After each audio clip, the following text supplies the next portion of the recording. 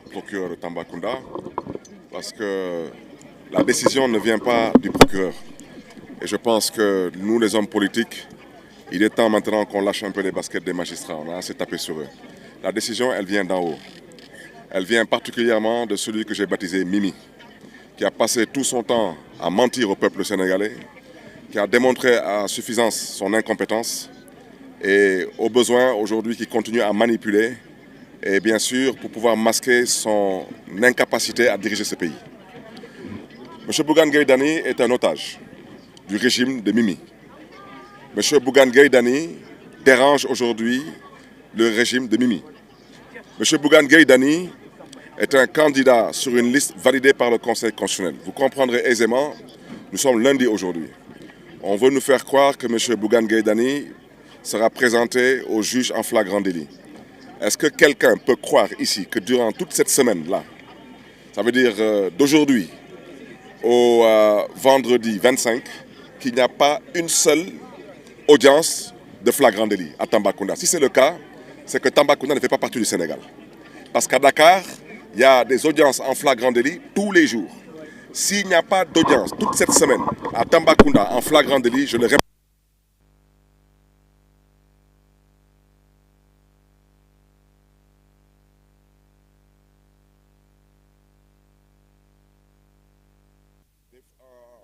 en audience de flagrant délit le 30. Ça veut dire 3 jours après l'ouverture de la campagne. Ce n'est que du divertissement, ce sont des enfantillages, nous ne tomberons pas dans ce panneau. Nous lançons un message au peuple sénégalais. Nous lançons un message à tous ces Sénégalaises, tous ces Sénégalais qui sont battus, corps et âme. Certains ont versé leur sang, d'autres ont été privés de liberté. Paix aux âmes de ceux qui nous ont quittés. De se mobiliser. Il y a eu trop de sang versé, trop de sacrifices consentis pour que le Sénégal revienne en arrière. La vérité aujourd'hui, il y a des gens qui sont arrivés au pouvoir il y a 7 mois de cela, avec un score mais plus qu'honorable de 54%. Et aujourd'hui, on finit de montrer leur vrai visage. Et ça, j'insiste là-dessus. Et aujourd'hui, ces gens, comme vous le saviez, avant, ils aimaient être dans la rue. C'était terrain Akapes, terrain Kharial, terrain Kermassar. Maintenant, ils préfèrent s'enfermer dans des salles. Le Grand Théâtre, Dakar Arena. Dakar Arena, vous savez, c'est 15 000 places. 15 000 places, vous devez le faire quasiment 4 fois pour avoir un seul député. Donc franchement, le mensonge, l'incompétence, la manipulation et l'incapacité, ça doit franchement arrêter. Donc c'est de ça qu'il s'agit aujourd'hui. C'est les Sénégalais qui doivent ouvrir leurs yeux. Parce que ce pays nous appartient à nous tous. Vous avez eu un espoir porté sur un parti, sur un homme. Ce parti et cet homme sont en train de vous montrer leurs limites. Si maintenant, cette élection, certains pensent qu'ils vont refroidir nos ardeurs en arrêtant des leaders de cette coalition, ils se trompent lourdement. Vous avez vu, nous sommes venus paisiblement ici. Paisiblement, je le répète. Tout le monde l'a vu, tout le monde l'a constaté. Ils n'ont pas trouvé autre chose que d'amener des gens ici payés à 2 000 francs, 3 000 francs la journée pour chercher à nous insulter. Je préfère le leur dire pour la dernière fois. S'il y a des dérapages, c'est eux seuls qui seront responsables de ces dérapages. Parce que s'il y a une personne dans ce groupe là-bas qui me connaît très bien, c'est bien Mimi. Et il sait très bien que je ne fais pas partie de cette race d'hommes politiques qu'on menace ou qu'on intimide. Il me connaît très bien. Donc je les invite à un peu plus de lucidité, de sérénité, de faire preuve de tenue et de retenue.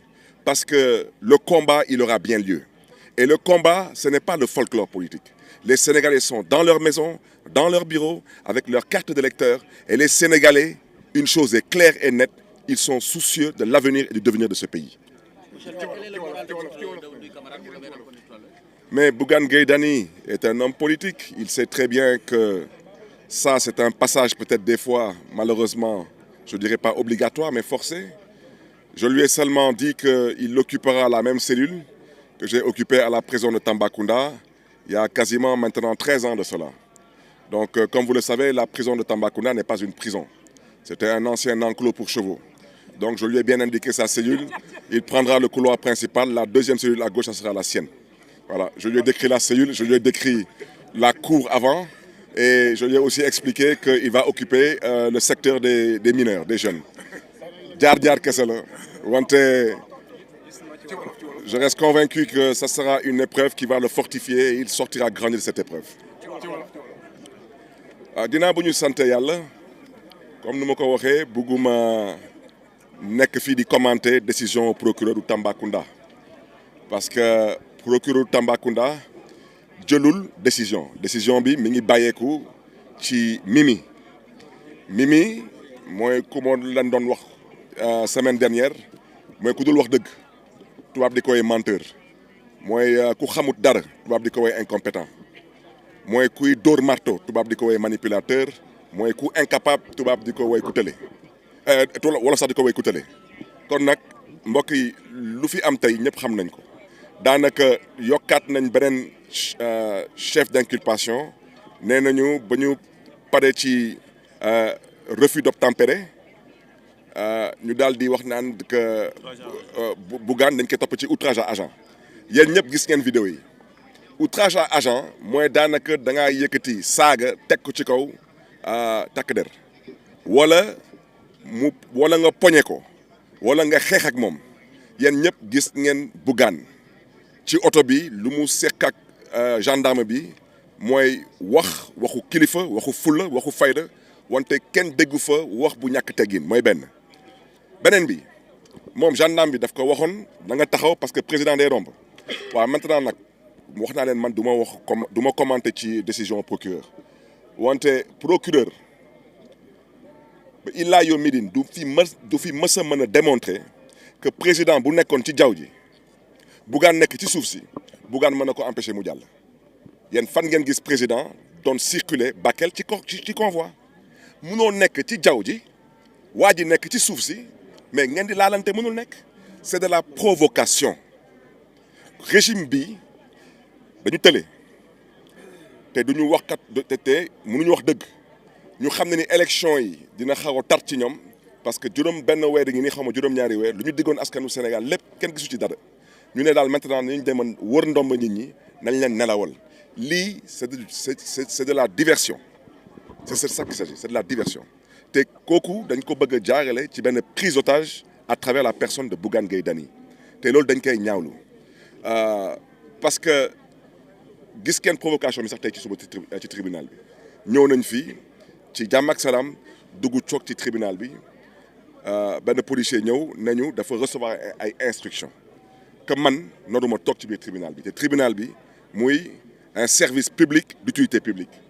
nit mën na ñëw tribunal pour lu ko neex moo xam day wut si këyit moo xam day ñëw wuy si juge moo xam day déposer plainte moo xam lan la ko indi tribunal mais ban tribunal ngeen mën a dem en tant que citoyen ngeen toog kenn xamul lu leen fi indi su leen neexee sax nga ñëw sax pour jàppale seen mbokk wala seen soppe wala seen xarit policier comme d'habitude rek j'ai reçu des instructions seen instruction yooyu la ñu bëgg ñu xam ne nii du ay verset coranique du ay verset biblique instruction bi su illégale kenn du ko topp yéen gis ngeen ci dossier Bougane ba ko gendarme di interpellé waaw su ko gendarme yi waxoon dama bëgg nga jël sa oto dawal ko ci kaw ndox ci est-ce que acte boobu est-ce que instruction boobu est-ce que légal na kan moo koy topp mais kenn du ko suivre donc les instructions venant des hommes de tenue ne sont à respecter que si instruction yooyu day méngoo ak lu yoon santa plus ou moins sant mais mënu leen nekk fii benn waaye nekk Dakar tëju ci bureau am xam effectivement lan la sondage yi wax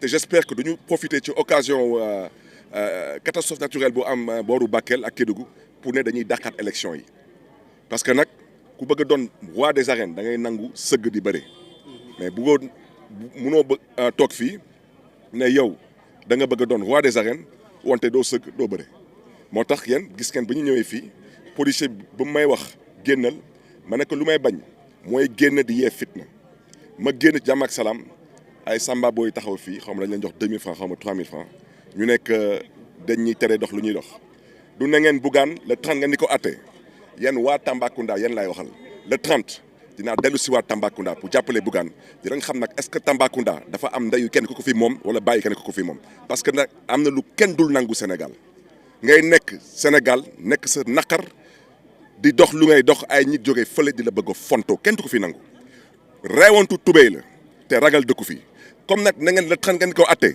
le 30 prenez toutes vos dispositions parce que nekk fii di fekk ay nit yu jógee Dakar ñëw fii ci yar ak teggin jàmm ak salaam pour jàppale seen mbokk ngeen ne da ngeen di ñu ko tere def da ngeen di fooyee seen xel maintenant nag tout le monde est mis devant ses responsabilités. Ce qui s'est passé tout de suite, tout à l'heure, ñëpp gis nañ ko. Je reviens à ce que j'ai déjà dit, nous soutenons Bougane Gueye Dany parce que amul lenn lu ñu mën a teg ci kaw deru Bougane Gueye Dany tey pour di ko condamner. Parce que tey su ñu demee ba yokk ci charge yi outrage à agent mais ñun ñëpp on a vu les vidéos gisuñu fenn fu Bougane saagay agent gisuñu fenn fu Bougane poñe agent au contraire moom la ñu xotti ay yéreem donc fan la outragé ban agent te balaa may dee ñoom gis nañ que le premier chef d'inculpation bi ça ne tenait pas la route ba ñu ne dañ ko ne mu taxaw président da doon jàll waa président bu nekk ci roplaan di survoler benn zone kooku naka la mën a daje ak ku nekk ci kaw suuf si fan la ñuy jaar ba daje mënul nekk donc tout le monde sait que lii du leneen ginnaaw benn prise d'otage dañu bëgg a jàpp benn kilifa bu bokk ci coalition Sàmm Sa Kàddu pour wàññi doole coalition Sàmm Sa Kàddu loolu dañuy foye seen xel dañuy nax seen bopp parce que tey sénégalais yi ñoo xam ci ban bool la ñu bokk wante sénégalais am nañ ay bët mën nañ gis am nañ ay nopp mën nañ dégg te am nañ xel pour mën a xalaat te lu ñu doon xeex démb mooy nooteel bu ñu doon wootee yebel bu ñu doon wootee jaay doole bi ak maa tey bi moom la ñuy continuer di xeex ba tey parce que Bougane su jàllee ci Bougane ëllëg mën na doon man mën na doon Bokoum mën na doon Pape Djibril mën na doon Anta Babacar mën na doon n'importe quel autre responsable politique parce que malheureusement ça ce n'est plus une dictature rampante c'est une dictature actuellement debout même pas à genoux mais debout donc c'est au peuple sénégalais de comprendre aujourd'hui où se trouvent les enjeux et waaw Bougane nag lu ma ko wax moom mooy lii ma mënul ñàkk ci politique la bokk nee naa ko nag lenn rek moo ma ci metti mooy 13 ans ci ginnaaw maa ngi woon ci prison wu Tambacounda su ma juumulee sax peut-être ëpp na ko il y a 15 ans peut-être ci ginnaaw waaw 15 ans ci ginnaaw maa ngi woon ci prison Tambacounda wax naa ko nag cellule bu muy occupé parce que fii du prison